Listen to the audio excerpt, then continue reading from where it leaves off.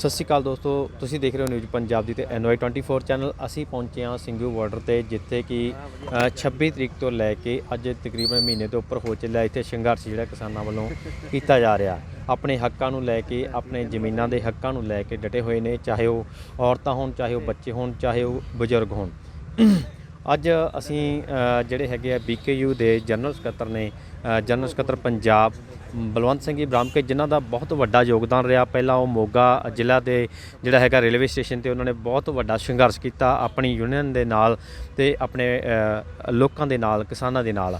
ਹੁਣ 26 ਤਰੀਕ ਤੋਂ ਲੈ ਕੇ ਇੱਥੇ ਡਟੇ ਹੋਏ ਨੇ ਔਰ ਕਰੀਬ ਮੈਨੂੰ ਲੱਗਦਾ ਵੀ 33 ਤੋਂ 34 ਦਿਨ ਜਿਹੜੇ ਹੋ ਗਏ ਨੇ, ਇਹਨਾਂ ਨੇ ਘਰ ਜਿਹੜਾ ਜਾ ਕੇ ਨਹੀਂ ਦੇਖਿਆ, ਪਿੱਛੇ ਆਪਣਾ ਪਰਿਵਾਰ ਜਿਹੜਾ ਹੈਗਾ ਉਹ ਨਹੀਂ ਦੇਖਿਆ, ਸਿਰਫ ਤੇ ਸਿਰਫ ਇੱਥੇ ਕਿਸਾਨੀ ਸੰਘਰਸ਼ ਦੇ ਵਿੱਚ ਡਟੇ ਹੋਏ ਨੇ। ਗੱਲਬਾਤ ਕਰਦੇ ਹਾਂ ਇਹਨਾਂ ਦੇ ਨਾਲ, ਜਾਣਦੇ ਹਾਂ ਇਹਨਾਂ ਦੇ ਵਿਚਾਰ। ਸਰ ਸਤਿ ਸ਼੍ਰੀ ਅਕਾਲ ਜੀ। ਸਤਿ ਸ਼੍ਰੀ ਅਕਾਲ ਜੀ। ਸਭ ਤੋਂ ਪਹਿਲਾਂ ਆਪ ਜੀ ਦਾ ਬਹੁਤ ਬਹੁਤ ਧੰਨਵਾਦ ਜੀ। ਸਰ ਤੁਸੀਂ ਜਿਸ ਦਿਨ ਤੋਂ ਇਹ ਸੰਘਰਸ਼ ਆਰਡੀਨੈਂਸ ਜਿਹੜੇ ਕਿਸਾਨਾਂ ਦੇ ਵਿਰੁੱਧ ਲਿਆਂਦੇ ਗਏ ਸੀ, ਉਸ ਦਿਨ ਤੋਂ ਹੀ ਤੁਸੀਂ ਇਹ ਜਿਹੜਾ ਏਜੰਡਾ ਇਹਦਾ ਬੁਲੰਦ ਕੀਤਾ ਸੀ, ਝੰਡਾ ਜਿਹੜਾ ਚੁੱਕਿਆ ਸੀਗਾ। ਪਹਿਲਾਂ ਚਾਹੇ ਰੇਲਵੇ ਸਟੇਸ਼ਨ 'ਤੇ ਲਾ ਲਈਏ, ਚਾਹੇ ਕਿਸੇ ਵੀ ਤਰ੍ਹਾਂ ਜਿਹੜਾ ਉੱਥੇ ਪ੍ਰੋਟੈਸਟ ਕਰ ਰਹੇ ਸੀਗੇ, ਹੁਣ 26 ਤਰੀਕ ਤੋਂ ਲੈ ਕੇ ਇੱਥੇ ਪਹੁੰਚੇ ਹੋ, ਕੀ ਕਹਿਣਾ ਚਾਹੋਗੇ ਤੁਸੀਂ? ਦੇਖੋ ਭਾਈ ਸਾਹਿਬ, ਜੂਨ ਮਹੀਨੇ ਤੋਂ ਲੈ ਕੇ ਹਾਂਜੀ, ਮੋਦੀ ਦੀ BJP ਸਰਕਾਰ ਤੇ ਸਾਡੇ ਦੇਸ਼ ਦੇ ਪ੍ਰਧਾਨ ਮੰਤਰੀ ਨੇ ਆਰਡੀਨੈਂਸ ਦੇ ਰਾਹੀਂ ਤਿੰਨ ਕ੍ਰਿਸ਼ੀ ਕਾਨੂੰਨ ਲਿਆਂਦੇ ਸੀਗੇ। ਉਹ ਤਿੰਨੋਂ ਕ੍ਰਿਸ਼ੀ ਕਾਨੂੰਨ ਲਿਆ ਕੇ, ਕਿਉਂਕਿ ਜਥੇਬੰਦੀਆਂ ਤਾਂ ਉਦੋਂ ਤੋਂ ਲੈ ਕੇ ਇਹਦੇ ਉੱਪਰ ਕਿਸਾਨਾਂ ਨੂੰ ਜਾਗਰੂਕ ਕਰ ਰਹੀਆਂ ਸੀ ਵੀ ਇਹ ਜਿਹੜੇ ਕਾਨੂੰਨ ਬਣ ਰਹੇ ਨੇ, ਲਾਗੂ ਹੋਣ ਜਾ ਰਹੇ ਨੇ ਇਹ ਕਾਨੂੰਨ ਕਿਸਾਨਾਂ ਦੇ ਡੈਥ ਵਾਰੰਟ ਨੇ। ਇਹ ਕਾਨੂੰਨ ਸਾਡੇ ਬੱਚਿਆਂ ਦਾ ਭਵਿੱਖ ਤਬਾਹ ਕਰ ਦੇਣਗੇ। ਇਹ ਕਾਨੂੰਨ ਆਉਣ ਵਾਲੇ ਸਮੇਂ ਦੇ ਵਿੱਚ ਸਾਡੇ ਬੱਚਿਆਂ ਦੀ ਜ਼ਮੀਨ ਕਾਰਪੋਰੇਟ ਘਰਾਣਿਆਂ ਦੇ ਹੱਥਾਂ ਵਿੱਚ ਦੇਣ ਵਾਲੇ ਨੇ। ਔਰ ਇਹਨਾਂ ਕਾਨੂੰਨਾਂ ਦੇ ਵਿਰੋਧ ਵਿੱਚ ਅਸੀਂ 1 ਅਕਤੂਬਰ ਤੋਂ ਬੜੇ ਸਰਗਰਮ ਹੋ ਕੇ ਜਿਹੜੀਆਂ ਟ੍ਰੇਨਾਂ ਦੀਆਂ ਰੇਲ ਪਟੜੀਆਂ ਸੀਗੀਆਂ, ਉਹਨਾਂ 'ਤੇ ਲਗਾਤਾਰ 56 ਦਿਨ ਅਸੀਂ ਇਹ ਜੋ ਆਪਣਾ ਪ੍ਰੋਟੈਸਟ ਕੀਤਾ। ਇਸ ਤੋਂ ਇਲਾਵਾ ਪੰਜਾਬ ਦੇ ਸਾਰੇ ਟੋਲ ਪਲਾਜ਼ਸ ਉਹਨਾਂ ਨੂੰ ਫ੍ਰੀ ਕਰ ਦਿੱਤਾ ਗਿਆ। ਅਡਾਨੀ ਅੰਬਾਨੀ ਦੇ ਸਾਰੇ ਪੰਪ ਉਹ ਜਾਣੀ ਕਿ ਵੀ ਉਹਨਾਂ ਦੇ ਉੱਪਰ ਪ੍ਰੋਟੈਸਟ ਚੱਲਦਾ ਪਿਆ, ਆਲਰੇਡੀ ਹੁਣ ਵੀ ਚੱਲਣ ਡਿਆ। ਉਸ ਤੋਂ ਇਲਾਵਾ ਅਡਾਨੀ ਅੰਬਾਨੀ ਦੇ ਸੈਲੋ ਪਲਾਂਟ ਉਹ ਵੀ ਘੇਰੇ ਹੋਏ ਨੇ। ਅਤੇ ਮੋਦੀ ਦੀ ਜਿਹੜੇ ਜਿੰਨੇ ਵੀ ਆਗੂ ਸਾਹਿਬਾਨ ਪੰਜਾਬ 'ਚ ਰਹਿੰਦੇ ਨੇ, ਸਾਰਿਆਂ ਨੂੰ ਬਿਲਕੁਲ ਨਿਰੰਤਰ ਜਾਰੀ ਇਹ ਘੇਰਾ ਪਾਇਆ ਹੋਇਆ। ਯਤਨਸ਼ੀਲ ਰਹਾਂਗੇ ਕਿ ਆਉਣ ਵਾਲੇ ਸਮੇਂ ਦੇ ਵਿੱਚ ਹੋ ਸਕਦਾ ਪੂਰੇ ਭਾਰਤ ਵਿੱਚ ਜਿੰਨੇ ਵੀ BJP ਦੇ ਆਗੂ ਨੇ, ਮੰਤਰੀ ਨੇ, ਇਹਨਾਂ ਦਾ ਆਉਣ ਵਾਲੇ ਸਮੇਂ ਦੇ ਵਿੱਚ ਅਸੀਂ ਨਵੀਂ ਰਣਨੀਤੀ ਤੈਅ ਕਰਕੇ ਇਹਨਾਂ ਦਾ ਬੜੀ ਵੱਡੀ ਪੱਧਰ 'ਤੇ ਵਿਰੋਧ ਕਰਾਂਗੇ। ਅਸੀਂ ਇੱਕ ਨਾਅਰਾ ਦਿੱਤਾ ਸੀਗਾ ਪੰਜਾਬ ਦੇ ਵਿੱਚੋਂ, ਆਓ ਦਿੱਲੀ ਚੱਲੀਏ, ਆਓ ਦਿੱਲੀ ਚੱਲੀਏ, 26-27 ਨਵੰਬਰ ਨੂੰ। ਪਰ ਜਦੋਂ ਅਸੀਂ ਤੁਰੇ ਸੀ, ਉਦੋਂ ਭਾਵੇਂ ਕਿ ਲੋਕ ਕਿਸਾਨ ਸਾਡੇ ਨਾਲ ਘੱਟ ਆਏ ਸੀ, ਪਰ ਨੌਜਵਾਨ ਪੀੜ੍ਹੀ ਸਾਡੇ ਨਾਲ ਬਹੁਤ ਤੁਰੀ। ਪਹਿਲਾਂ ਅਸੀਂ ਘੱਟ ਆਸ ਰੱਖਣ ਦੀ ਬਜਾਏ ਉਹ ਸਾਡੀ ਆਸ ਉਦੋਂ ਵੀ ਵੱਧ ਗਈ ਜਦੋਂ ਸ਼ੰਭੂ ਬਾਰਡਰਾਂ ਦੇ ਉੱਪਰ ਅਸੀਂ ਆਏ। ਅਤੇ ਉੱਥੇ ਜਦੋਂ ਵੱਡੇ ਵੱਡੇ ਬੈਰੀਕੇਡ ਇੱਥੋਂ ਦੀ ਖੱਟੜ ਸਰਕਾਰ ਨੇ ਲਾਏ ਹੋਏ ਸੀ, BJP ਸਰਕਾਰ ਨੇ। ਅਤੇ ਭਾਵੇਂ ਕਿ ਹਰਿਆਣੇ ਦੇ ਜਿਹੜੇ ਜਿਵੇਂ ਉੱਥੋਂ ਦੀਆਂ ਜਥੇਬੰਦੀਆਂ ਨੇ, ਭਾਰਤ ਕਿਸਾਨ ਯੂਨੀਅਨ ਦੀਆਂ, ਉਹਨਾਂ ਨੇ ਵੀ ਕਿਹਾ ਸੀ ਵੀ ਪੰਜਾਬ ਸਾਡਾ ਵੱਡਾ ਭਰਾ ਹੈ, ਅਸੀਂ ਆਪਣੇ ਭਰਾਵਾਂ ਨੂੰ ਦਿੱਲੀ ਲੈ ਕੇ ਪਹੁੰਚਾਂਗੇ, ਭਾਵੇਂ ਕਿਸੇ ਕੀਮਤ 'ਤੇ ਲੈ ਕੇ ਪਹੁੰਚੀਏ। ਉਹਨਾਂ ਵੀ ਸਾਡਾ ਸਾਥ ਦਿੱਤਾ। ਅਤੇ ਜਿਹੜੇ ਲੋਕ ਹੈਲੀਕਾਪਟਰਾਂ 'ਤੇ ਬੈਠ ਕੇ ਅਤੇ ਪੰਜਾਬ ਵਿੱਚ ਜਾ ਕੇ ਗੱਲ ਕਹਿੰਦੇ ਸੀ ਵੀ ਪੰਜਾਬ ਦਾ ਨੌਜਵਾਨ ਇਹ ਨਸ਼ੇ 'ਚ ਗ੍ਰਸਤ ਹੋ ਚੁੱਕਾ ਹੈ, ਤਬਾਹ ਹੋ ਚੁੱਕਾ ਹੈ, ਪਰ ਜਿਸ ਦਿਨ ਸ਼ੰਭੂ ਬਾਰਡਰ ਨੂੰ ਤੋੜ ਕੇ ਔਰ ਵੱਡੀਆਂ ਵੱਡੀਆਂ ਜਿਹੜੀਆਂ ਵਾਟਰ ਕੈਨ ਲਾਏ ਹੋਏ ਸੀਗੇ, ਉਹਨਾਂ ਦੀਆਂ ਉੱਪਰੋਂ ਪਾਈਪਾਂ ਤੋੜ ਕੇ ਅਤੇ ਪੱਥਰ ਚੱਕ ਕੇ ਜਦੋਂ ਸਾਡਾ ਨੌਜਵਾਨ ਹਰਿਆਣੇ ਦੀ ਹਿੱਕ ਨੂੰ ਚੀਰਦਾ ਹੋਇਆ ਦਿੱਲੀ ਦੀ ਬਹਿਰੂਆਂ ਦੇ ਉੱਪਰ ਆਣ ਕੇ ਬੈਠਾ, ਉਦੋਂ ਇੱਕ ਸਿਆਸਤਦਾਨਾਂ ਦੇ ਮੂੰਹ ਦੇ ਉੱਪਰ ਕਰਾਰੀ ਚਪੇੜ ਮਾਰੀ ਇਸ ਗੱਲ ਦੀ ਵੀ ਅਸੀਂ ਇਕੱਲੇ ਉਹੋ ਜਿਹੇ ਕੰਮ ਹੀ ਨਹੀਂ ਕਰਦੇ, ਅਸੀਂ ਆਪਣੇ ਹੱਕ ਲੈਣੇ ਵੀ ਜਾਣਦੇ ਹਾਂ। ਪੰਜਾਬ ਦੀ ਨੌਜਵਾਨੀ ਪਹਿਲਾਂ ਵੀ ਬਰਕਰਾਰ ਸੀ ਔਰ ਅੱਜ ਵੀ ਬਰਕਰਾਰ ਹੈ।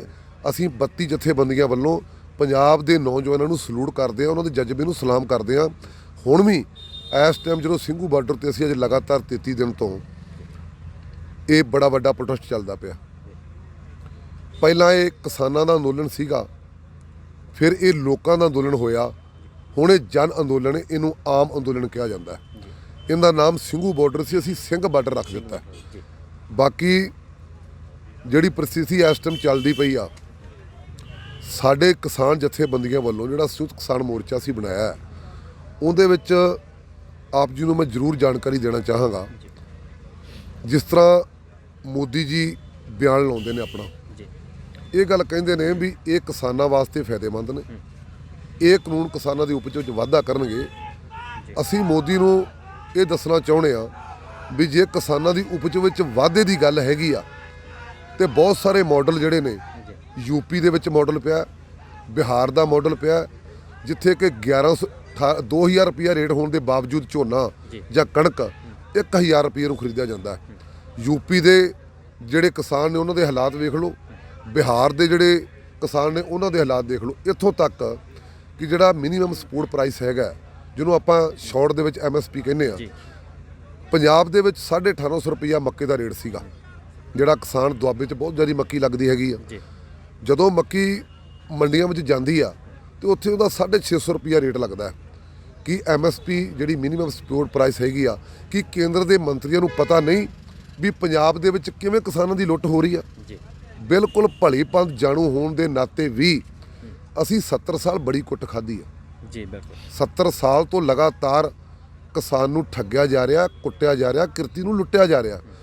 ਦੇਖੋ, ਗੁਰੂ ਨਾਨਕ ਪਾਤਸ਼ਾਹ ਨੇ ਕਰਤਾਰਪੁਰ ਦੀ ਧਰਤੀ ਦੇ ਉੱਪਰ 17 ਸਾਲ ਤੋਂ ਵੱਧ ਸਮਾਂ ਹੱਥੀਂ ਖੇਤੀ ਕੀਤੀ ਆ ਔਰ ਇੱਕ ਉਪਦੇਸ਼ ਦਿੱਤਾ, ਕਿਰਤ ਕਰੋ, ਨਾਮ ਜਪੋ ਤੇ ਵੰਡ ਕੇ ਛਕੋ, ਉੱਤਮ ਖੇਤੀ ਮੱਧਮ ਵਪਾਰ, ਖਿੱਤ ਚਾਕਰੀ, ਭੀਖ ਮੰਗੇ ਕੁਵਾਰ। ਗੁਰੂ ਨਾਨਕ ਪਾਤਸ਼ਾਹ ਦੇ ਜਿਹੜਾ ਫਲਸਫਾ ਹੈ, ਜਿਹੜਾ ਗੁਰੂ ਨਾਨਕ ਪਾਤਸ਼ਾਹ ਦਾ ਸਿਧਾਂਤ ਹੈ, ਉਹਨੂੰ ਦੁਨੀਆ ਦੀ ਕੋਈ ਕਾਇਨਾਤ ਉਲਟ ਨਹੀਂ ਕਰ ਸਕਦੀ। ਜਿਹੜਾ ਖੇਤੀ ਨੂੰ ਉੱਤਮ ਕਿਹਾ ਹੈ, ਖੇਤੀ ਹਮੇਸ਼ਾ ਹੀ ਉੱਤਮ ਰਹੇਗੀ। ਸਰਕਾਰਾਂ ਨੇ ਬਹੁਤ ਯਤਨ ਕੀਤੇ ਨੇ ਇਸ ਅੰਦੋਲਨ ਨੂੰ ਫੇਲ ਕਰਨ ਵਾਸਤੇ। ਬਹੁਤ ਸਾਰੇ ਸਾਡੇ ਵਿੱਚ ਲੜਕੀਆਂ ਛੱਡੀਆਂ ਨੇ, ਬਹੁਤ ਸਾਰੇ ਸਾਡੇ ਵਿੱਚ ਲੜਕੇ ਛੱਡੇ ਨੇ। ਅਸੀਂ ਪੂਰੀ ਵਲੰਟੀਅਰਾਂ ਦੀ ਟੀਮ ਬਣਾ ਕੇ ਬੜੇ ਜਾਣੀ ਕਿ ਵੀ ਸੰਜੀਦਗੀ ਦੇ ਨਾਲ, ਬੜੇ ਸਤਿਕਾਰ ਦੇ ਨਾਲ ਸਾਰੇ ਛੱਡੇ ਹੋਏ ਨੇ। ਸਰਕਾਰ ਦੀਆਂ ਕੋਈ ਵੀ ਕੋਝੀਆਂ ਹਰਕਤਾਂ ਤੋਂ ਅਸੀਂ ਬਿਲਕੁਲ ਉਹਨਾਂ ਨੂੰ ਫੇਲ ਕਰ ਦਿੱਤਾ ਹੋਇਆ, ਕੋਈ ਨਹੀਂ ਚੱਲੀ ਉਹਨਾਂ ਦੀ।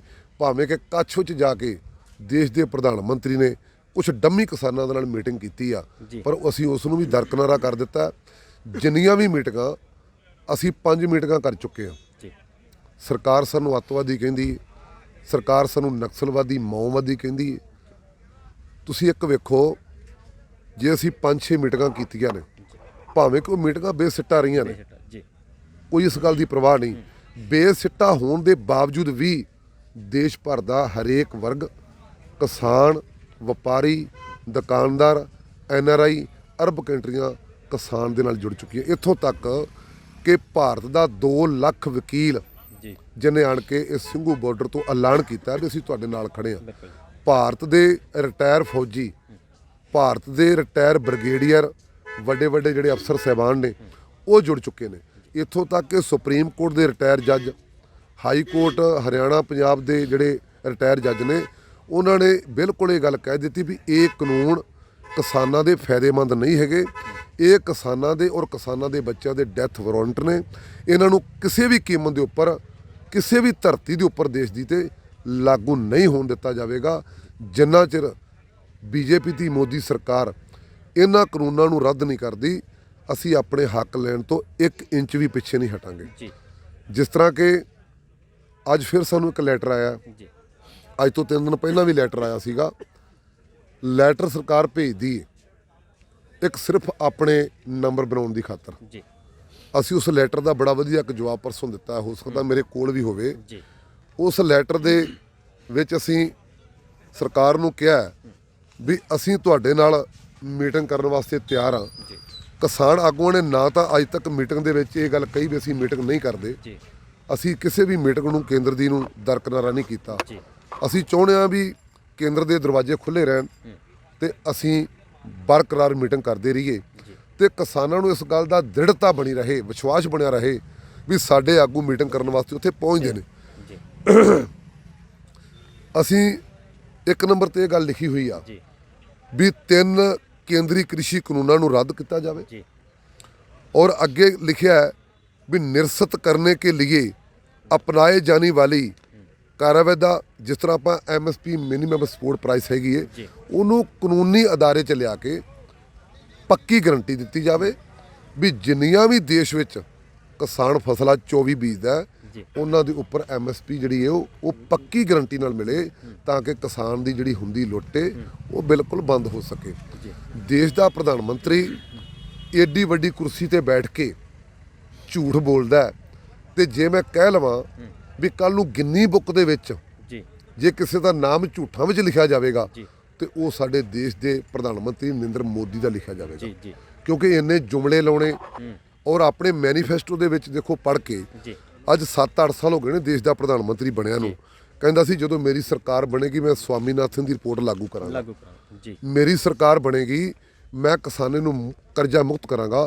ਕਿਸਾਨ ਨੂੰ ਕਰਜ਼ਾ ਮੁਕਤ ਕਰਨ ਦੀ ਬਜਾਏ 68,000 ਕਰੋੜ ਰੁਪਈਆ ਦੜੇ ਸੱਟੇ ਵਿੱਚ ਪਾ ਕੇ ਉਹਨਾਂ ਲੋਕਾਂ ਦਾ ਪੈਸਾ ਮਾਫ ਕੀਤਾ ਗਿਆ, ਮੁਕਤ ਕੀਤਾ ਗਿਆ ਜਿਨ੍ਹਾਂ ਲੋਕਾਂ ਨੇ 35 ਕਰੋੜ ਦੇ ਫੰਡ ਜੀ ਇਹਨਾਂ ਨੂੰ ਬੀਜੇਪੀ ਸਰਕਾਰ ਨੂੰ ਦਿੱਤੇ ਸੀ ਜਦੋਂ ਪਹਿਲਾ ਇਲੈਕਸ਼ਨ ਇਹਨਾਂ ਨੇ ਇੱਥੇ ਲੜਿਆ ਸੀਗਾ ਜੀ ਲੋਕ ਸਭਾ ਦਾ। ਔਰ ਉਹਦੇ ਵਿੱਚ ਤੁਸੀਂ ਵੇਖੋ ਜਿਵੇਂ ਵਿਜੇ ਮਾਲੀਆ, ਜੀ ਨੀਰਵ ਮੋਦੀ ਹੈ, ਹੋਰ ਜਿਹੜੇ ਕਾਰਪੋਰੇਟ ਘਰਾਣੇ ਨੇ ਉਹਨਾਂ ਦੇ ਘਰ ਭਰੇ ਨੇ। ਹੁਣ ਵੀ ਜਿਹੜੇ ਤਿੰਨੇ ਕ੍ਰਿਸ਼ੀ ਕਾਨੂੰਨ ਬਣਾਏ ਗਏ ਨੇ ਇਹ ਕੇਵਲ ਤੇ ਕੇਵਲ ਅਡਾਨੀਆਂ ਬਾਨੀਆਂ ਦੇ ਜਾਂ ਹੋਰ ਅਮੀਰ ਲੋਕਾਂ ਦੇ ਕਾਰਪੋਰੇਟ ਘਰਾਣਿਆਂ ਵਾਸਤੇ ਬਣੇ ਨੇ, ਨਾ ਕਿ ਕਿਸਾਨਾਂ ਵਾਸਤੇ ਬਣੇ ਨੇ। ਜੇ ਕਿਸਾਨਾਂ ਵਾਸਤੇ ਬਣੇ ਮੈਂ ਪਹਿਲਾਂ ਆਪ ਜੀ ਦੇ ਮਾਧਿਅਮ ਰਾਹੀਂ ਦੱਸ ਚੁੱਕਾ ਵੀ ਮਾਡਲ ਸਾਡੇ ਕੋਲ ਪਏ ਹੋਏ ਨੇ, ਅਸੀਂ ਅੱਜ ਵੀ ਚੈੱਕ ਕਰਾ ਸਕਦੇ ਹਾਂ। ਸਾਡੀ ਹਮੇਸ਼ਾ ਤਰਾਸਦੀ ਰਹੀ ਆ, ਜੀ ਤਰਾਸਦੀ ਰਹੀ ਵੀ 70 ਸਾਲ ਦੇ ਵਿੱਚ ਅਸੀਂ ਇਕੱਤਰ ਨਹੀਂ ਹੋਏ, ਸਾਡਾ ਇੱਕ ਮੰਚ ਨਹੀਂ ਬਣਿਆ, ਇੱਕ ਪਲੇਟਫਾਰਮ ਨਹੀਂ ਬਣਿਆ। ਇਸ ਟਾਈਮ ਪੂਰੇ ਦੇਸ਼ ਦੀ ਕਿਸਾਨੀ ਦਾ ਇੱਕ ਬਹੁਤ ਵੱਡਾ ਮੰਚ ਬਣ ਚੁੱਕਾ ਹੈ, ਬਹੁਤ ਵੱਡਾ ਪਲੇਟਫਾਰਮ ਬਣ ਚੁੱਕਾ ਹੈ। ਜੇਕਰ ਇਹ ਸਾਡਾ ਆਖਰੀ ਘੋਲ ਤੇ ਪਹਿਲਾ ਘੋਲ ਹੈ, ਜੀ ਜੇ ਭਾਈ ਸਾਹਿਬ ਜੀ ਇਸ ਘੋਲ ਦੇ ਵਿੱਚ ਇਸ ਸੰਘਰਸ਼ ਤੇ ਅੰਦੋਲਨ ਦੇ ਵਿੱਚ ਅੱਜ ਵੀ ਕਿਸਾਨ ਹਾਰ ਕੇ ਚੱਲ ਜਾਵੇਗਾ ਤੇ ਮੈਂ ਸਮਝਾਂਗਾ ਵੀ ਸਾਡੇ ਆਉਣ ਵਾਲੇ ਪੁੱਤ ਪੜੋਤਰੇ ਸਾਨੂੰ ਕਦੀ ਮਾਫ ਨਹੀਂ ਕਰਨਗੇ। ਇਹ ਗੱਲ ਜ਼ਰੂਰ ਕਹਿਣ ਕਰਕੇ ਇਤਿਹਾਸ ਦੇ ਵਿੱਚ ਵੀ ਸਾਡੇ ਵੱਡੇ ਗਏ ਜ਼ਰੂਰ ਸੀ ਪਰ ਗਦਾਰੀ ਕਰਕੇ ਆਏ ਨੇ, ਕਿਸਾਨੀ ਦਾ ਮੁੱਲ ਨਹੀਂ ਉਹਨਾਂ ਨੇ ਪਾਇਆ। ਮੈਂ ਨਾਲ ਦੀ ਨਾਲ ਇਹ ਬੇਨਤੀ ਕਰ ਦੇਵਾਂ ਵੀ ਅਸੀਂ 32 ਕਿਸਾਨ ਜਥੇਬੰਦੀਆਂ ਦੇ ਨੋਮੀਨੇਟ ਹਾਂ ਜਿਨ੍ਹਾਂ ਵਿੱਚ ਦਾਸ ਵੀ ਕਿਸਾਨਾਂ ਦੇ ਜੋੜਿਆਂ ਦੀ ਸੇਵਾ ਕਰਦਾ, ਗੁਰੂ ਘਰ ਦਾ ਕੁੱਕਰ ਹੈ। ਸੇਵਾ ਇਹ ਬਹੁਤ ਵੱਡੀ ਹੈ, ਜੀ ਕੋਈ ਛੋਟੀ ਸੇਵਾ ਨਹੀਂ। ਪਹਿਲਾਂ ਸਾਨੂੰ ਬਹੁਤ ਕੁਝ ਪੰਜਾਬ ਵਿੱਚ ਵੀ ਕਿਹਾ ਜਾਂਦਾ ਸੀ ਪਰ ਹੁਣ ਇਦਾਂ ਦੀ ਮੂਵਮੈਂਟ ਚੱਲੀ ਆ ਕਿਸਾਨ ਦੀ, ਇਦਾਂ ਦਾ ਅੰਦੋਲਨ ਚੱਲਿਆ ਘਰ ਘਰ ਦੇ ਵਿੱਚ ਜੀ ਬੱਚਾ ਵੀ ਟੀਵੀ ਤੇ ਬੈਠ ਕੇ ਗੱਲ ਕਰਦਾ ਹੈ ਵੀ ਅੱਜ ਸਾਡੇ ਜਿਹੜੇ ਵੱਡੇ ਉੱਥੇ ਆਗੂ ਸਾਹਿਬਾਨ ਬੈਠੇ ਹੋਏ ਨੇ ਸਾਡੇ ਵਾਸਤੇ ਕੀ ਕਰਦੇ ਨੇ। ਇੱਕ ਇਦਾਂ ਦਾ ਮੈਸੇਜ ਲੱਗ ਚੁੱਕਾ ਹੈਗਾ ਕਿਉਂਕਿ ਦੇਸ਼ ਭਰ ਦੇ ਵਿੱਚੋਂ NRI ਭਰਾ ਬੜਾ ਵੱਡਾ ਯੋਗਦਾਨ ਪਾ ਰਹੇ ਨੇ। ਸੰਤ ਮਹਾਂਪੁਰਸ਼ ਪੰਜਾਬ ਦੇ ਵਿੱਚੋਂ ਨਹੀਂ ਪੂਰੇ ਦੇਸ਼ ਵਿੱਚੋਂ ਬੜਾ ਵੱਡਾ ਯੋਗਦਾਨ ਪਾ ਰਹੇ ਨੇ, ਭਾਵੇਂ ਕਿਸੇ ਵੀ ਸੰਪਰਦਾ ਨੂੰ ਬਿਲੋਂਗ ਕਰਦੇ ਹੋਣ। ਅੱਜ ਵੀ ਸਾਡੇ ਕੋਲ ਸੰਤ ਬਾਬਾ ਕਾਰਜ ਸਿੰਘ ਜੀ ਗੁਰੂ ਨਾਨਕ ਸਾਹਿਬ ਮਸੀਤਾਂ ਵਾਲੇ ਪਹੁੰਚੇ ਨੇ, ਸੰਗਤ ਨੂੰ ਲੈ ਕੇ ਬੜਾ ਵੱਡਾ ਯੋਗਦਾਨ ਪਾਇਆ। ਮੈਂ ਆਪਣੀ ਜਥੇਬੰਦੀ ਵੱਲੋਂ ਉਹਨਾਂ ਦਾ ਧੰਨਵਾਦ ਕਰਦਾ। ਬਾਕੀ ਮੋਦੀ ਸਾਨੂੰ ਅੱਤਵਾਦੀ ਕਹਿੰਦਾ ਹੈ, ਸਾਨੂੰ ਵੱਖਵਾਦੀ ਕਹਿੰਦਾ ਹੈ। ਜੇ ਅਸੀਂ 6 ਮੀਟਿੰਗਾਂ ਕੀਤੀਆਂ ਨੇ, ਜੇ ਅਸੀਂ ਅੱਤਵਾਦੀ ਸਾਡੇ ਨਾਲ ਮੀਟਿੰਗਾਂ ਕਿਉਂ ਕੀਤੀਆਂ ਨੇ? ਬਿਲਕੁਲ। ਦੂਜੀ ਬੇਨਤੀ ਕਰਾਂ ਵੀ ਅੱਜ ਅਸੀਂ ਕਣਕ ਸਾਡੇ ਕਿਸਾਨਾਂ ਨੇ ਬੀਜੀ ਹੋਈ ਆ, ਜੀ ਮਹੀਨੇ ਤੋਂ ਉੱਪਰ 1.5 ਮਹੀਨੇ ਦੀ ਕਣਕ ਹੋ ਗਈ ਆ, ਪਲ ਰਹੀ ਹੈ। ਜਦੋਂ ਕਣਕ ਪੱਕ ਕੇ ਮੰਡੀ ਵਿੱਚ ਜਾਵੇਗੀ, ਮੰਡੀ ਵਿੱਚ ਕਣਕ ਤੁਲੇਗੀ, ਤੁਲ ਕੇ ਅਲੱਗ-ਅਲੱਗ ਸਟੋਰਾਂ ਤੇ ਜਾਏਗੀ, ਇੱਥੇ ਦਿੱਲੀ ਵੀ ਪਹੁੰਚੇਗੀ। ਮੈਂ ਮੋਦੀ ਨੂੰ ਪੁੱਛਣਾ ਚਾਹੁੰਦਾ ਕਿ ਉਸੇ ਕਣਕ ਦੀ ਜਿਹੜਾ ਆਟਾ ਬਣਦਾ ਉਹਦੀ ਰੋਟੀ ਤੁਸੀਂ ਖਾਂਦੇ ਹੋ। ਜੇਕਰ ਅਸੀਂ ਅੱਤਵਾਦੀ ਹਾਂ ਫਿਰ ਸਾਡਾ ਅਨਾਜ ਵੀ ਅੱਤਵਾਦੀ ਹੈ। ਜੀ ਬਿਲਕੁਲ। ਜੇ ਪੰਜਾਬ ਦਾ ਕਿਸਾਨ ਕੁਰਬਾਨੀ ਦਿੰਦਾ ਹੈ ਤੇ ਉਹ ਦੇਸ਼ ਭਗਤ ਹੈ, ਜੀ ਤੇ ਜੇਕਰ ਉਹ ਆਪਣੇ ਹੱਕ ਮੰਗਣ ਆਉਂਦਾ ਹੈ ਤੇ ਉਹਨੂੰ ਅੱਤਵਾਦੀ ਕਿਹਾ ਜਾਂਦਾ। ਮੈਂ ਗੱਲ ਜ਼ਰੂਰ ਕਹਾਂਗਾ ਵੀ ਤੁਸੀਂ ਦੇਖੋ ਰਾਜਸਥਾਨ, ਕੇਰਲਾ, ਉੱਤਰਾਂਚਲ, ਉੱਤਰਾਖੰਡ, ਮੱਧ ਪ੍ਰਦੇਸ਼, ਗੁਜਰਾਤ, ਜਿੰਨੀਆਂ ਵੀ ਅਦਰ ਸਟੇਟ ਪੂਰੇ ਭਾਰਤ ਵਿੱਚ ਨੇ ਕਿ ਸਾਰੇ ਦੇਸ਼ ਦਾ ਕਿਸਾਨ ਅੱਤਵਾਦੀ ਹੈ ਕਿ ਇਕੱਲੇ ਪੰਜਾਬ ਦਾ ਕਿਸਾਨ ਅੱਤਵਾਦੀ ਹੈ? ਇਹਨਾਂ ਨੂੰ ਯਾਦ ਹੋਣਾ ਚਾਹੀਦਾ ਹੈ ਵੀ 9ਵੇਂ ਪਾਤਸ਼ਾਹ ਗੁਰੂ ਤੇਗ ਬਹਾਦਰ ਹਿੰਦ ਦੀ ਚਾਦਰ ਉਹਨਾਂ ਨੇ ਸਾਰੇ ਧਰਮਾਂ ਨੂੰ ਬਚਾਉਣ ਦੀ ਖਾਤਰ ਚਾਂਦਨੀ ਚੌਂਕ ਦੇ ਵਿੱਚ ਸੀਸ ਬਲੀਦਾਨ ਦਿੱਤਾ। ਜੀ ਅੱਜ ਜਿਹੜੇ ਕੁਰਸੀਆਂ ਤੇ ਬੈਠੇ ਨੇ ਇਹ ਗੁਰੂ ਤੇਗ ਬਹਾਦਰ ਸੱਚੇ ਪਾਤਸ਼ਾਹ ਦੀ ਬਦੌਲਤ ਬੈਠੇ ਨੇ। ਜੀ ਇਹਨਾਂ ਨੂੰ ਸਬਕ ਲੈਣਾ ਚਾਹੀਦਾ ਹੈ ਉਸ ਬਲੀਦਾਨ ਨੂੰ ਜਿਹੜਾ ਬਲੀਦਾਨ ਗੁਰੂ ਤੇਗ ਬਹਾਦਰ ਸੱਚੇ ਪਾਤਸ਼ਾਹ ਨੇ ਦਿੱਤਾ। ਜੇਕਰ ਉਸ ਤੋਂ ਇਹ ਸਬਕ ਨਹੀਂ ਲੈਂਦੇ, ਆ ਥੋੜੇ ਦਿਨ ਹੋਏ ਨੇ ਸਾਡਾ ਦੇਸ਼ ਦਾ ਪ੍ਰਧਾਨ ਮੰਤਰੀ ਜੀ ਗੁਰੂ ਤੇਗ ਬਹਾਦਰ ਸੱਚੇ ਪਾਤਸ਼ਾਹ ਦੀ ਗੋਦੀ ਵਿੱਚ ਮੱਥਾ ਟੇਕ ਕੇ ਆਇਆ ਜੀ ਬਿਲਕੁਲ। ਰਕਾਬਗੰਜ ਗੁਰਦੁਆਰਾ ਸਾਹਿਬ। ਭਾਵੇਂ ਕਿ ਸਾਡੇ ਕੁਝ ਲੋਕ ਇਹ ਗੱਲ ਕਹਿੰਦੇ ਨੇ ਕਿਸਾਨ ਵੀ ਉਹਨਾਂ ਨੂੰ ਸਰੋਪਾਉ ਨਹੀਂ ਪਾਉਣਾ ਚਾਹੀਦਾ ਸੀ, ਅਸੀਂ ਇਸ ਗੱਲ ਦਾ ਵਿਰੋਧ ਨਹੀਂ ਕਰਦੇ। ਅਸੀਂ ਇਹ ਗੱਲ ਕਹਿੰਦੇ ਵੀ ਸਾਡੇ ਦੇਸ਼ ਦਾ ਪ੍ਰਧਾਨ ਮੰਤਰੀ ਜਿੱਥੇ ਦੂਜਿਆਂ ਦਾ ਸਤਿਕਾਰ ਹੁੰਦਾ ਹੈ, ਉਹ ਸਰੋਪਾ ਸਾਡਾ ਨਹੀਂ ਸੀ, ਉਹ ਸਰੋਪਾ ਕਿਸੇ ਸੰਤ ਮਹਾਂਪੁਰਸ਼ ਦਾ ਨਹੀਂ ਸੀ, ਉਹ ਗੁਰੂ ਤੇਗ ਬਹਾਦਰ ਸੱਚੇ ਪਾਤਸ਼ਾਹ ਦਾ ਸਰੋਪਾ ਸੀ। ਜਦੋਂ ਉਹਦੇ ਗਲ ਵਿੱਚ ਪਿਆ, ਅਸੀਂ ਵੀ ਅਰਦਾਸ ਕਰਨੇ ਗੁਰੂ ਤੇਗ ਬਹਾਦਰ ਦੇ ਚਰਨਾਂ ਦੇ ਵਿੱਚ ਵੀ ਗੁਰੂ ਤੇਗ ਬਹਾਦਰ ਮਹਾਰਾਜ ਸੱਚੇ ਪਾਤਸ਼ਾਹ ਇਸ ਦੇਸ਼ ਦੇ ਪ੍ਰਧਾਨ ਮੰਤਰੀ ਨੂੰ ਸਮੱਤ ਬਖਸ਼। ਇਹ ਇਤਿਹਾਸ ਪੜ੍ਹ ਕੇ ਦੇਖੇ ਮਹਾਰਾਜਾ ਰਣਜੀਤ ਸਿੰਘ ਦਾ, ਸ਼ੇਰੇ ਪੰਜਾਬ ਦਾ, ਜਿਹਨੇ ਆਪਣੇ ਸਿਰ ਤੇ ਚੱਕ ਕੇ ਕਲਗੀ ਫਿਸ ਗਈ ਸੀ, ਅਨਾਜ ਚੁੱਕ ਕੇ ਗਰੀਬ ਕਿਸਾਨਾਂ ਦੇ ਘਰ ਵਿੱਚ ਖੁਦ ਦੇ ਕੇ ਆਉਂਦਾ ਸੀ। ਇਤਿਹਾਸ ਪੜ੍ਹੇ ਬਾਬਾ ਬਘੇਲ ਸਿੰਘ ਦਾ, ਜਿਹਨੇ ਲਾਲ ਕਿਲੇ ਦੇ ਉੱਪਰ ਝੰਡਾ ਚੜਾਇਆ ਸੀ। ਇਤਿਹਾਸ ਪੜ੍ਹੇ ਬਾਬਾ ਬੰਦਾ ਸਿੰਘ ਬਹਾਦਰ ਦਾ, ਚੱਪੜਚਿੜੀ ਦੇ ਮੈਦਾਨ ਤੋਂ ਫਤਿਹ ਕਰਨ ਤੋਂ ਬਾਅਦ ਸਾਨੂੰ ਜ਼ਮੀਨਾਂ ਦੇ ਮਾਲਕ ਬਾਬਾ ਬੰਦਾ ਸਿੰਘ ਬਹਾਦਰ ਨੇ ਬਣਾਇਆ। ਜਿਹੜੀਆਂ ਦਸਤਾਰਾਂ ਬੰਨ੍ਹ ਕੇ ਅੱਜ ਦਿੱਲੀ ਦੀ ਧਰਤੀ ਤੇ ਹੱਕ ਲੈਣ ਵਾਸਤੇ ਆਏ ਹੋਏ ਆ, ਇਹ ਵੀ ਬਾਬਾ ਬੰਦਾ ਸਿੰਘ ਬਹਾਦਰ ਦੀ ਦੇਣ ਹੈ। ਅਸੀਂ ਬਾਬਾ ਬੰਦਾ ਸਿੰਘ ਬਹਾਦਰ ਦੇ ਵਾਰਸ ਹਾਂ। ਅਸੀਂ ਹੱਕ ਲੈਣਾ ਜਾਣਦੇ ਹਾਂ। ਹੱਕ ਭੀਖ ਮੰਗਿਆ ਨਹੀਂ ਮਿਲਦੇ, ਹੱਕ ਖੋਹ ਕੇ ਲੈਣੇ ਪੈਂਦੇ। ਅਸੀਂ ਹੱਕ ਲੈ ਕੇ ਵਾਪਸ ਮੁੜਾਂਗੇ। ਜਿਹੜੀ ਬੀਜੇਪੀ ਦੀ ਮੋਦੀ ਸਰਕਾਰ ਏ, ਇਹ ਬਹੁਤ ਸਾਰੇ ਇਸ ਵਾਲਿਸ਼ ਕਰਨ ਵਾਸਤੇ ਅੰਦੋਲਨ ਨੂੰ ਬਹੁਤ ਕੁਝ ਕੀਤਾ, ਬੜਾ ਜ਼ੋਰ ਲਾਇਆ, ਪਰ ਲੋਕਾਂ ਨੇ ਸਾਡਾ ਬਹੁਤ ਸਾਥ ਦਿੱਤਾ ਜੀ। ਇੱਕ ਰਾਜਨਾਥ ਬੱਚੇ ਨੇ ਸਾਡਾ ਸਾਥ ਦਿੱਤਾ ਜੀ। ਇੱਕ ਰਾਜਨਾਥ ਸਿੰਘ ਬਿਆਨ ਦੇ ਰਿਹਾ ਕੁਝ ਦਿਨ ਪਹਿਲਾਂ, ਕਹਿ ਰਿਹਾ ਕਿ 1 ਸਾਲ ਲਈ ਲਾਗੂ ਕਰ ਲੈਣ ਤੋਂ ਪਹਿਲਾਂ ਜੇਕਰ ਇਹ ਤੁਹਾਡੇ ਲਾਹੇਵੰਦ ਨਹੀਂ ਹੋਣਗੇ ਤਾਂ ਅਸੀਂ ਦੁਬਾਰਾ ਫਿਰ ਇਸ 'ਚ ਸੋਧ ਕਰਨ ਦੀ ਗੱਲ ਕਰਕੇ ਉਹਨਾਂ ਨੇ ਕੀ ਕਹੋਗੇ? ਰਾਜਨਾਥ ਜੀ ਇੱਕ ਚੰਗੇ ਵਧੀਆ ਨੇਤਾ ਨੇ, ਅਸੀਂ ਮਾੜਾ ਨਹੀਂ ਕਹਿਣਾ ਚਾਹੁੰਦੇ। ਪਹਿਲਾ ਮਾਡਲ ਮੈਂ ਦੱਸ ਚੁੱਕਾ ਵੀ ਯੂਪੀ ਦੇ ਬਿਹਾਰ ਦਾ ਚੈੱਕ ਕਰੇ ਰਾਜਨਾਥ ਜੀ, ਉੱਥੇ ਜਾਣ, ਕਿਸਾਨਾਂ ਨੂੰ ਪੁੱਛਣ ਤੁਹਾਡੀ ਕਿਵੇਂ ਲੁੱਟ ਹੋ ਰਹੀ ਆ। ਤੁਹਾਡੇ ਸਾਹਮਣੇ ਪੰਜਾਬ ਦੇ ਵਿੱਚ 2000 ਰੁਪਏ ਨੂੰ ਕਣਕ ਵਿਕਦੀ ਆ, ਉੱਥੇ 1000 ਰੁਪਏ ਨੂੰ ਕਣਕ ਲੈਣ ਨੂੰ ਕੋਈ ਤਿਆਰ ਨਹੀਂ। ਜੇਕਰ ਜਿਹੜੇ ਦੇਸ਼ ਦੇ ਵਿੱਚ ਅਨਾਜ ਦੀ ਬੇਕਦਰੀ ਹੋ ਜਾਵੇ, ਉਹ ਦੇਸ਼ ਭੁੱਖਮਰੀ ਵਿੱਚ ਆ ਜਾਂਦਾ। ਜਦੋਂ ਅੰਨਦਾਤਾ ਸੜਕਾਂ ਤੇ ਆਉਂਦਾ, ਫਿਰ ਸਾਡੇ ਦੇਸ਼ ਦੇ ਪ੍ਰਧਾਨ ਮੰਤਰੀ ਨੂੰ, ਅਮਿਤ ਸ਼ਾਹ ਗ੍ਰਹਿ ਮੰਤਰਾਲੇ ਨੂੰ, ਔਰ ਨਾਲ ਦੀ ਨਾਲ ਰਾਜਨਾਥ ਨਰਿੰਦਰ ਤੋਮਰ ਔਰ ਪੀਯੂਸ਼ ਗੋਇਲ ਸੋਮ ਪ੍ਰਕਾਸ਼ ਜੀ ਨੂੰ ਸਮਝ ਲੈਣਾ ਚਾਹੀਦਾ। ਅਸੀਂ 33 ਦਿਨ ਤੋਂ ਬੈਠੇ ਹਾਂ, ਸਾਡੇ ਵੀ ਘਰ ਵਿੱਚ ਛੋਟੇ ਛੋਟੇ ਬੱਚੇ ਹੈਗੇ ਨੇ, ਸਾਡਾ ਵੀ ਜੀ ਕਰਦਾ ਘਰ ਵਿੱਚ ਗਰਮ ਕੰਬਲ ਲੈ ਕੇ ਸੌਣ ਦਾ। ਅੱਜ ਦੇਖੋ ਇਹਨਾਂ ਮਹਾਂਪੁਰਸ਼ਾਂ ਨੂੰ ਕਿਹੜੀ ਲੋੜ, ਇਹ ਖੇਤੀ ਕਰਦੇ ਨੇ। ਜੇ ਕੋਈ ਮਜ਼ਦੂਰ ਸਾਡੇ ਪਿੱਛੇ ਆਉਂਦਾ, ਉਹ ਖੇਤੀ ਕਰਨ ਆਉਂਦਾ। ਪਰਸੋਂ ਇੱਕ ਮੈਂ ਵੀਡੀਓ ਦੇਖ ਰਿਹਾ ਸੀਗਾ, ਇੱਕ ਮਜ਼ਦੂਰ ਸਾਈਕਲ ਤੇ ਆ ਰਿਹਾ ਪੰਜਾਬ 'ਚੋਂ, ਮੋਗੇ ਦੀ ਧਰਤੀ ਤੋਂ।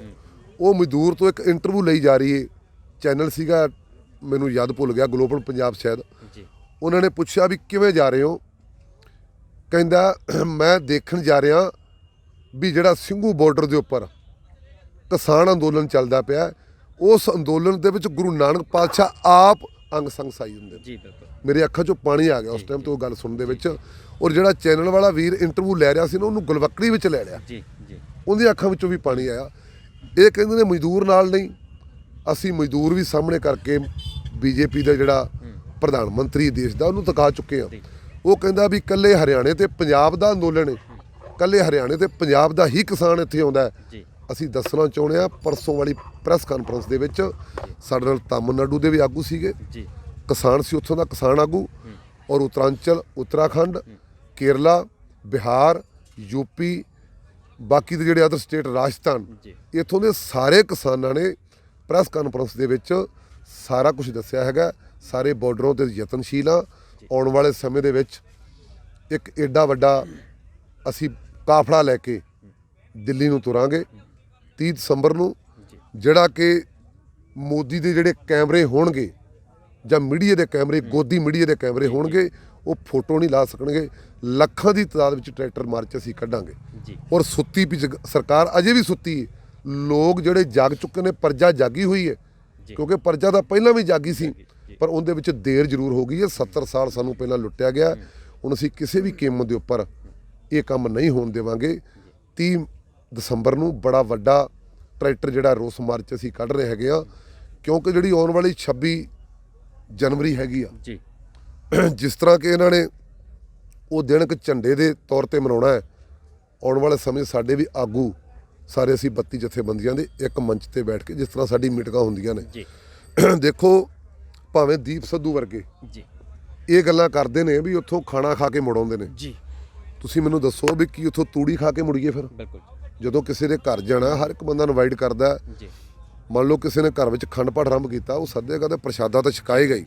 ਜੀ ਉਸ ਤੋਂ ਪਿੱਛੇ ਅਸੀਂ ਜਿੰਨੀਆਂ ਵੀ ਮੀਟਿੰਗਾਂ ਵਿਗਿਆਨ ਭਵਨ ਦੇ ਵਿੱਚ ਸਾਰੇ ਮੰਤਰੀਆਂ ਨੇ ਕੀਤੀਆਂ ਨੇ, ਅਸੀਂ ਆਪਣਾ ਪ੍ਰਸ਼ਾਦਾ ਛਕਿਆ, ਜੀ ਆਪਣੀ ਚਾਹ ਪੀਤੀ। ਤੁਸੀਂ ਸਾਰਾ ਕੁਝ ਮੀਡੀਆ ਤੇ ਬਿਲਕੁਲ ਜੀ, ਦੇਖਿਆ। ਬਿਲਕੁਲ ਦੇਖਿਆ, ਹਾਂਜੀ 5 ਦਸੰਬਰ ਨੂੰ ਯੈਸ ਔਰ ਨੋ ਚਰਚਾ ਸ਼ੂਟ ਕਰੋ ਜੀ ਜਾਂ ਇਸ ਨੂੰ ਰੱਦ ਕਰੋ, ਉਹ ਵੀ ਬੜਾ ਵੱਡਾ ਵਿਗਿਆਪਨ ਸੀਗਾ, ਸਾਰੇ ਟੀਵੀ ਚੈਨਲਾਂ ਦੇ ਉੱਪਰ ਚੱਲਿਆ। ਚੱਲਿਆ ਜੀ। ਸਰਕਾਰ ਨੂੰ ਲਾਜਵਾਬ ਕਰ ਚੁੱਕੇ ਆ, ਸਰਕਾਰ ਕੋਲ ਕੋਈ ਜਵਾਬ ਨਹੀਂ।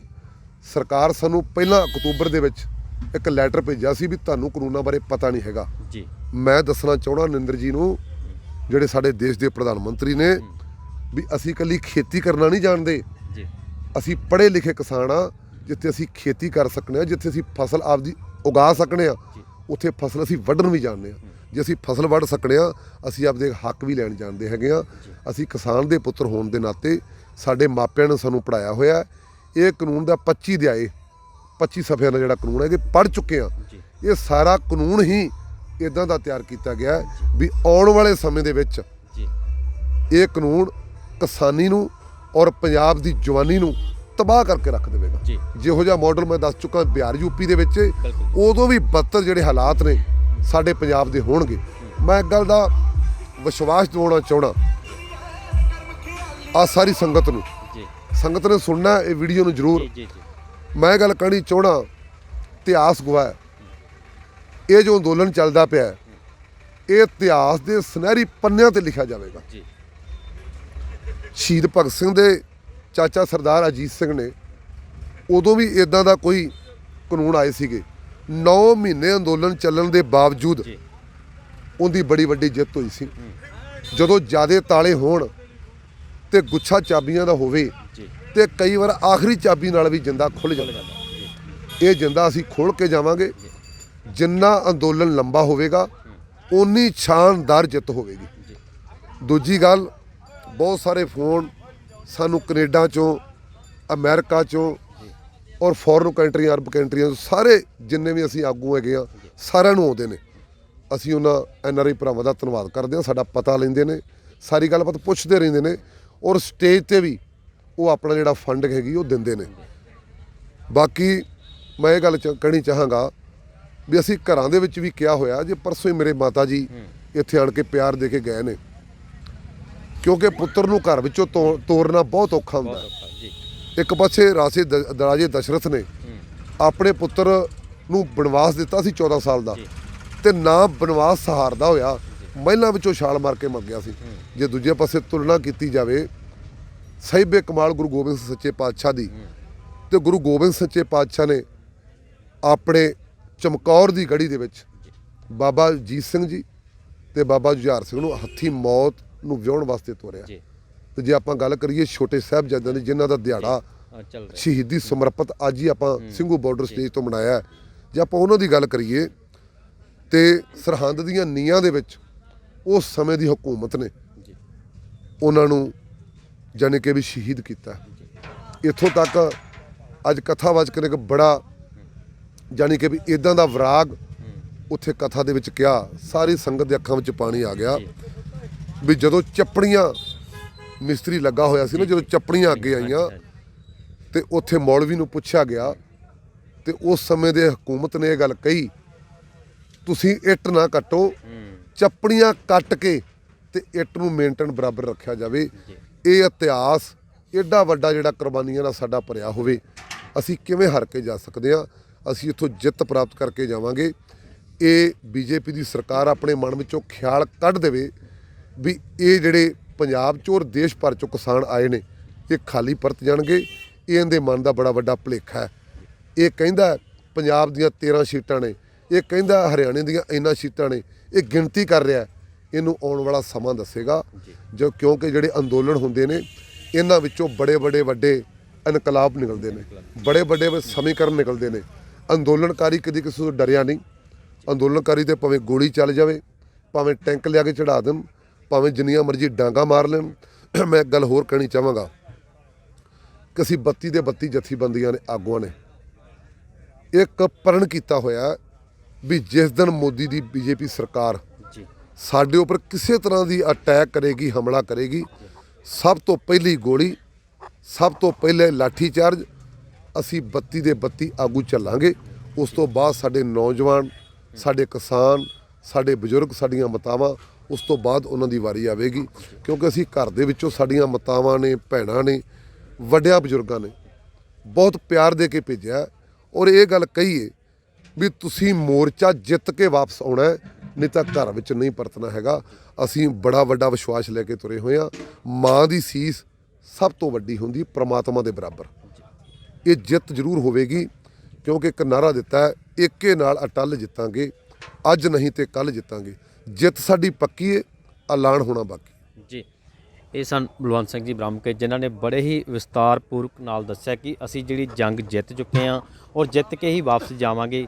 ਸੈਂਟਰ ਦੀ ਸਰਕਾਰ ਇਹ ਮਨ ਦੇ ਵਿੱਚੋਂ ਭੁਲੇਖਾ ਕੱਢ ਦੇਵੇ ਕਿ ਅਸੀਂ ਇੱਥੋਂ ਇਸੇ ਤਰ੍ਹਾਂ ਹੀ ਵਾਪਸ ਚਲੇ ਜਾਵਾਂਗੇ। ਜੀ, ਤੁਸੀਂ ਦੇਖ ਰਹੇ ਹੋ ਸਿੰਘੂ ਬਾਰਡਰ ਤੋਂ ਜੋ ਗੱਲਬਾਤ ਕਰਦੇ ਸੀ ਬਲਵੰਤ ਸਿੰਘ ਜੀ ਬ੍ਰਹਮਕੇ ਦੇ ਨਾਲ। ਜੀ।